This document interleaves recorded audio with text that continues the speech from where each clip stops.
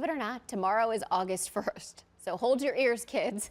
That means, yes, we are close to heading back to school. Oh, boy. All right. And we know that can be challenging for parents, too, especially when it comes to getting kids back into that routine, right? When that alarm clock goes up early in the morning, right?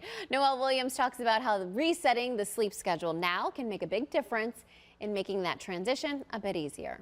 The transition back to school can be a tough one for kids and for parents. Often a huge obstacle is adjusting kids back to a normal sleep schedule. Cleveland Clinic sleep specialist Dr. Brian Chin shares how to make that jump back to school a bit easier.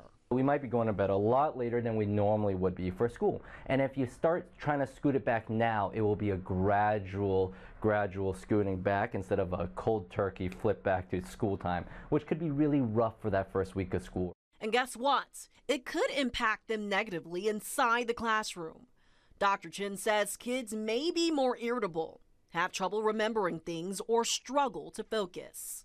He says the perfect solution is finding the perfect bedtime. In the summer, we tend to go to bed later. The sun is setting later. Our body's natural circadian rhythm, our clock in our brain, is set for later.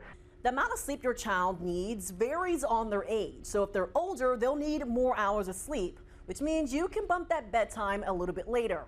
But if they're younger, Dr. Chin recommends bumping their bedtime a little bit earlier, little by little each week. That's because younger children need more hours of sleep. And that bedtime routine should include things like getting your pajamas and brushing your teeth and getting into bed and relaxing your brain and your body. However, it should not include things like using phones, screens, bright lights. Well, tips to make that transition back to school easier.